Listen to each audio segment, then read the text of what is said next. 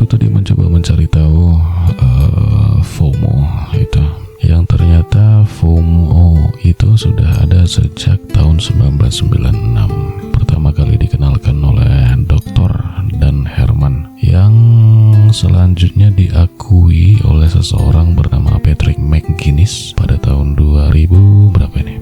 2004. Tadi di wawancaranya aku sempat lihat dia mengaku sudah menggunakan untuk pertama kali istilah FOMO ini. Lalu ya, FOMO jauh sebelum viral sekarang atau kemarin itu, FOMO ini ternyata sudah ada sejak dulu. Fear of missing out, atau secara spesifik tadi aku sempat baca apa tadi, lupa ya. Jadi FOMO ini adalah kalau di zaman itu ya, di tahun 96 itu, FOMO ini ditulis sebagai kegelisahan, ketakutan orang-orang terhadap dikucilkan gitu, dianggap kuper lah gitu ya, bahasanya kuper, kurang pergaulan. Yang kalau diingat-ingat istilah kuper itu di awal 2000-an sih kayaknya, artinya sekitar 10 tahun setelah FOMO itu diproklamirkan oleh Dr.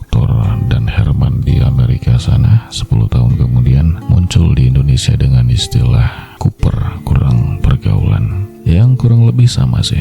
FOMO itu menjelaskan bahwa ada orang-orang yang gelisah, takut, tidak update gitu. Jadi kalau ada sesuatu yang terjadi di lingkungan, ada orang-orang yang, aduh masa aku nggak tahu nih, masa aku nggak ikutan nih gitu. Dan sekarang pindahnya tuh ke medsos gitu ya. Kalau FOMO yang sekarang itu mungkin lebih ke ada tren di media sosial yang membuat orang-orang itu ikut tren itu gitu. Misal kalau di TikTok itu tren bikin konten apa atau ya sejenis itu. Dan kalau dipikir-pikir di zaman sekarang ini, kenapa kira-kira orang takut untuk takut ketinggalan tren di medsos gitu? Padahal kita tahu kan apapun yang trending di medsos itu bisa terjadi karena dua. Yang pertama karena settingan, yang kedua karena alami misalnya. Dan kalau kita sadari dua faktor yang menyebabkan sesuatu itu menjadi trending, kita tentu akan berpikir gitu ya. Artinya kalau kita berpikir atau sadar terhadap sesuatu yang trending itu bisa karena settingan atau bisa terjadi karena alami, tentu kita sudah mencegah FOMO gitu. Karena sesuatu yang trending karena disetting, misal karena buzzer misalnya, atau karena si pembuat konten melakukan kampanye yang artinya membayar aplikasi untuk memviralkan kontennya, ya kan? Artinya ada tujuan-tujuan tertentu yang ingin dicapai dengan membuat konten itu menjadi viral. Mungkin salah satunya untuk membuat kita atau memancing kita untuk ikut tren itu.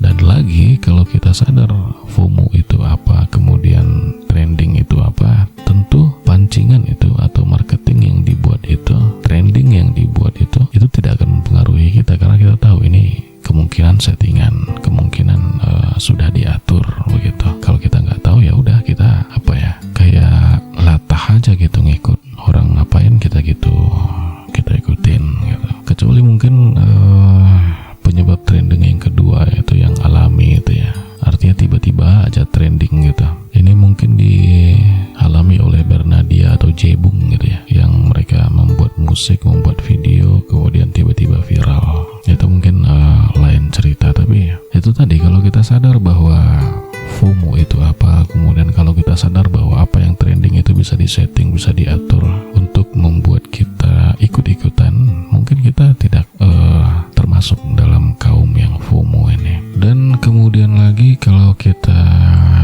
pikir-pikir gitu ya, kenapa FOMO di zaman sekarang itu viral lagi?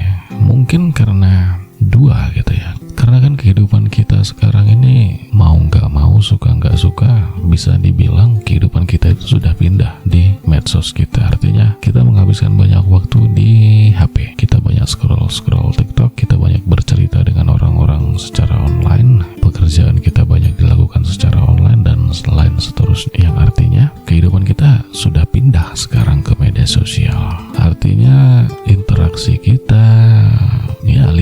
kehidupan kita sudah ada di media sosial. Jadi kalau FOMO yang awal-awal itu merupakan ketakutan diasingkan karena tidak tahu isu di seputar tetangga, barangkali FOMO sekarang itu lebih ke apa yang ngetrend sekarang, kemudian orang-orang ngumpulnya di konten yang mana, kita ikut nimbrung di situ, kita ikut berkomentar di situ, kita ikut memviralkan itu gitu. Mungkin itu karena kehidupan kita sudah pindah ke media sosial sehingga kita berinteraksinya di media sosial. Atau kalaupun memang hidup kita masih banyak dihabiskan di tongkrongan di dunia nyata, mungkin obrolan atau percakapan kita di dunia nyata di tongkrongan itu masih membicarakan soal media sosial juga. Artinya kita tetap hidup di dunia nyata, kita tetap berinteraksi dengan orang-orang secara konvensional, secara langsung begitu. Tapi yang dibahas itu apa yang ngetrend di TikTok, di medsos gitu. Jadi yang dibahas itu. Jadi kalau kita nggak tahu apa yang lagi viral, kita nggak akan bisa ngobrol di tongkrongan. Kalau kita nggak tahu siapa ya selebgram yang lagi rame, kita nggak akan bisa masuk ke dalam obrolan di tongkrongan. Kita jadi diem aja gitu. Ya kan, mungkin bisa dijadikan dua alasan itu sebagai alasan kenapa kita punya keinginan untuk ikut terus, update terus dengan info-info di media sosial. Padahal kalau dipikir-pikir, misal dengan FOMO yang trending gara-gara settingan itu kan kayak apa ya, kayak apa, domba gitu ya, sapi atau apa. Kita lagi di padang luas gitu, sibuk masing-masing, kemudian dengar lonceng yang kita ibaratkan yang viral itu adalah lonceng, kemudian perhatian kita teralihkan ke situ, kemudian ya udah kita secara gerombolan itu ngikut aja tuh masuk kandang atau kemana gitu. Kayaknya mirip-mirip gitu sih kalau kita nggak sadar dengan FOMO, dengan media sosial dan lain seterusnya begitu.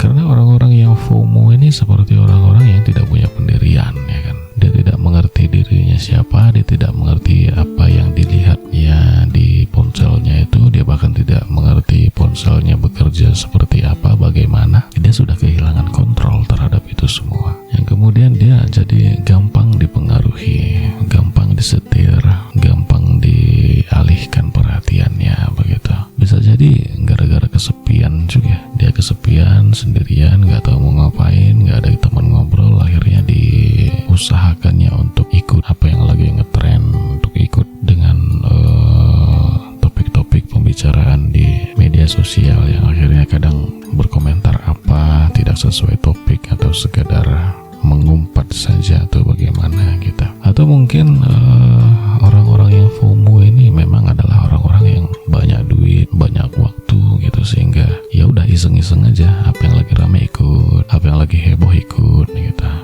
Ya, FOMO ini sesuatu yang terjadi, kemudian orang-orang yang FOMO juga ada di sekitar kita, yang artinya mereka harus diselamatkan sih supaya punya pendirian, supaya